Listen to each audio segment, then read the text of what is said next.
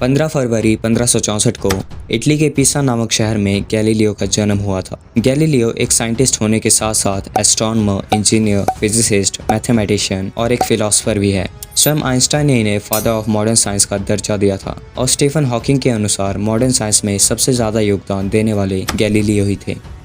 Galileo को father of observational astronomy, father of modern physics, father of scientific method और father of modern science भी कहा जाता है। गैलीलियो ही वह पहले इंसान थे जिन्होंने अपने थ्योरीज और इन्वेंशन से आधुनिक विज्ञान यानी कि मॉडर्न साइंस की नींव रखी थी।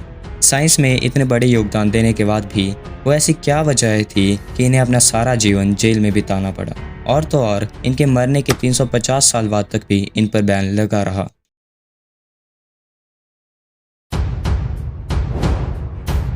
18 फरवरी 1564 को इटली के एक महान मूर्तिकार माइकल एंजेलो की डेथ हुई थी और इसके ही ठीक 3 दिन पहले 15 फरवरी 1564 को गैलीलियो का जन्म हुआ था। एक कोइंसिडेंस यह भी है कि जिस साल यानी कि 1642 को गैलीलियो की डेथ हुई थी, उसी साल सर आइजक न्यूटन का जन्म हुआ था और इसी कोइंसिडेंस के चलते बहुत से लोग न्यूटन को ही गैलीलियो का पुनर्जन्म मानते हैं।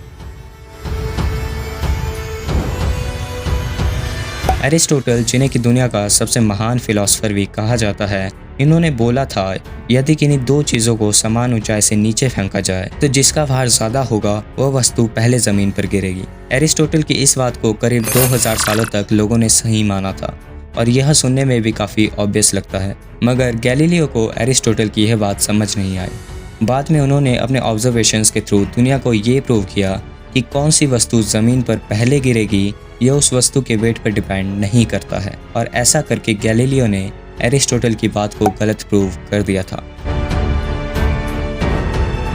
सारी दुनिया यह मानती है कि गैलीलियो ने ही टेलीस्कोप का इन्वेंशन किया था, लेकिन यह बात सच नहीं है। हॉलैंड के रहने वाले हैंस लेपर्शे ने 1608 में टेलीस्कोप को पेटेंट करवाने के लिए एप्लीकेशन सबमिट किया था और उसी के कुछ दिनों बाद हॉलैंड के एक और इंसान ने टेलीस्कोप को पेटेंट करने के लिए एप्लीकेशन दिया था।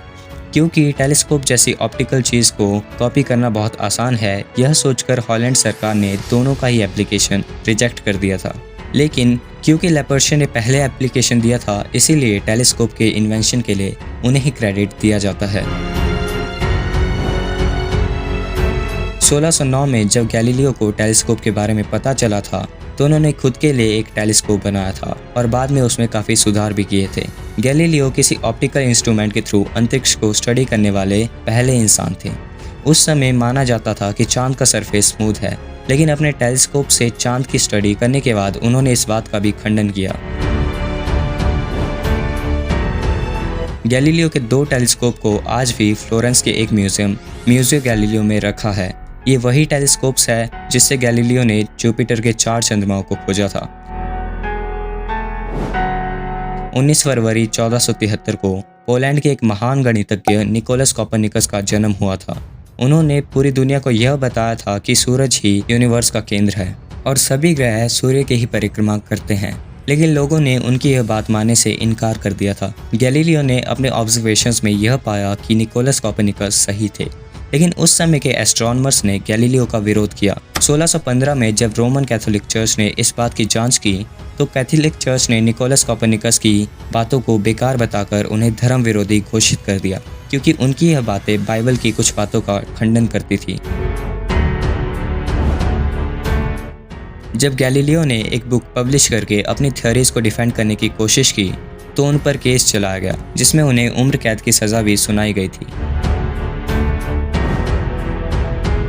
गैलीलियो की उम्र कैद की सज़ा को बाद में हाउस अरेस्ट में बदल दिया गया था और उन्हें ऑर्डर मिला था कि वह अपनी सारी ज़िंदगी 4 दीवारों में बंद होकर ही गुजारेंगे। गैलीलियो ने अपने जीवन के अंतिम साल घर में बंद होकर गुजारे। वह समय उन्होंने अपनी पुस्तक लिखने में लगाए, जिन्हें वह खुद पर लगे बैन के कारण इटली में पब्लिश नहीं कर पाए थे।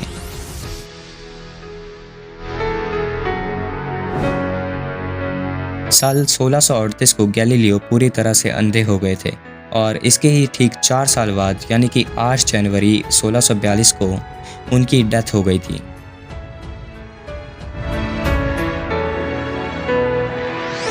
गैलीलियो को दफनाने से पहले उनकी 3 अंगुलियां और एक दांत निकाल लिए गए थे। इनमें से एक उंगली फ्लोरेंस के म्यूजियम में आज भी रखी हुई है। गैलीलियो के मरने के कुछ सालों बाद भी, यानी कि एग्जैक्टली 350 साल बाद तक भी उन पर बैन लगा रहा था। गैलीलियो एक धार्मिक व्यक्ति थे, लेकिन वह सिर्फ उन्हीं चीज़ों को मानते थे जिनका उन्होंने स्वयं परीक्षण किया है। माइकल एंजेलो, निकोलो मैकियावेली, फोस्कोलो रोसिनी और गैलीलियो गैलीली, इन सभी को इटली के basilica of Santa cross church में एक साथ दफनाया गया है। गैलीलियो की मौत के 350 साल बाद 1992 को कैथोलिक चर्च के पोप जॉन पॉल ने यह माना कि गैलीलियो सही थे और उस समय चर्च ने गैलीलियो के साथ गलत किया था। तो ये थी एक महान वैज्ञानिक गैलीलियो गैलीली की लाइफ से जुड़ी कुछ सच्ची बातें। अगर आपको वीडियो पसंद आया है तो इस वीडियो को लाइक कीजिए और इस चैनल को ज़रूर से ज़रूर सब्सक्राइब कीजिए, क्योंकि मैं फ्यूचर में ऐसी वीडियोस लाता रहूँगा। मैं मिलता हूँ आपसे किसी और वीडियो में। अगर आपको वीडियो पसंद आया है और अगर आपने वीडियो यहाँ तक देखा है तो आपका शुक्रिया।